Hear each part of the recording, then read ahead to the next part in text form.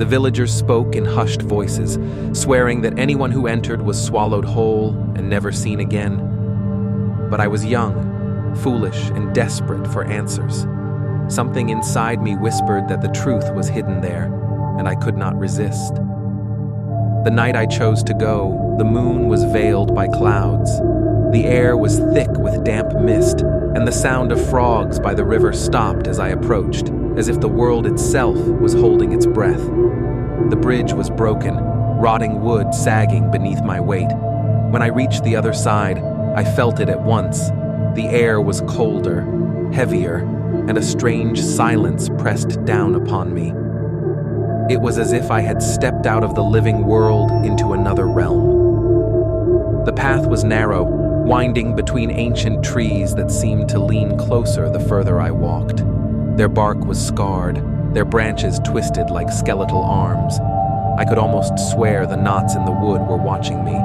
The deeper I went, the less the moonlight reached, until even the stars above disappeared, swallowed by a ceiling of tangled branches. The forest had closed around me. At first, there was only silence. Then, faintly, I heard it. Whispers. So quiet I thought it was the wind. But there was no wind. The whispers were voices, many voices, calling, crying, begging. I froze. My heart pounded, and I tried to convince myself it was only my imagination. Yet the longer I stood, the clearer the voices became. They called my name. I walked faster, hoping to outrun the sound, but it followed me, echoing from tree to tree. Then I stumbled upon the first cabin. It was small, built of dark wood that had long since rotted. The door hung open, creaking softly, though no breeze stirred. Symbols were carved deep into the wood, circles, spirals, strange runes that glowed faintly as if lit from within. Inside, I found nothing but ash, a broken chair, and a lantern still burning with a weak, flickering flame. Who had lit it? Who could have left it? I backed away, but the forest would not release me. More cabins appeared, each one older, more ruined, as though abandoned for centuries.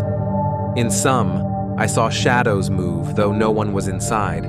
In others, I heard crying, soft at first, then turning to screams. The symbols on the walls seemed to pulse as I passed, like the beating of a heart. The deeper I wandered, the more twisted the trees became. Some were bent in shapes that resembled human bodies, their branches stretching like claws. I touched one trunk, and the wood felt warm, like skin. I stumbled back in horror, realizing the forest was not just alive, it was aware. Then I saw them. Figures in the mist, pale and thin. They drifted between the trees, their feet never touching the ground. Their eyes glowed with a hollow light, and their mouths opened in silent screams.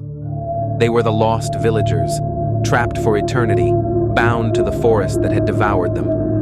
One by one, they turned their heads toward me. I could not breathe. I could not run. My legs would not obey. Their whispers filled my skull, voices clawing inside my mind, telling me to join them, telling me there was no escape. I fled, crashing through roots and brambles, but the path twisted back upon itself. No matter which way I turned, I always ended where I began, before the cabins, before the twisted trees. The forest was playing with me, a predator toying with its prey. My body ached, my lungs burned, but I kept running, driven by blind terror. That was when the ground shook. The earth split open, and blue flames erupted, cold and ghostly, lighting the forest in an unnatural glow. Beneath the soil, I saw bones tangled in roots, skulls staring upward as if in eternal agony. The trees groaned, and the whispers became screams. I dropped to my knees, clutching my head, but the voices pierced through, endless, relentless. They told me the truth. The forgotten forest was not cursed. It was alive, a creature older than time itself, feeding on souls, growing stronger with every victim. The trees were its bones, the shadows were its breath, the whispers were its hunger. And I had entered willingly. There was no leaving now. Already, I could feel it creeping into my veins, into my thoughts. My voice joined theirs, unwilling, screaming into the void. My body was no longer my own. My soul was bound to the roots, my screams woven into the whispers that would haunt the next traveler who dared to enter. So if you ever find yourself near the silent river, turn back. Do not cross. Do not follow the whispers. For the forest remembers every soul it has taken. And it waits, always hungry, always watching for the next one to step inside.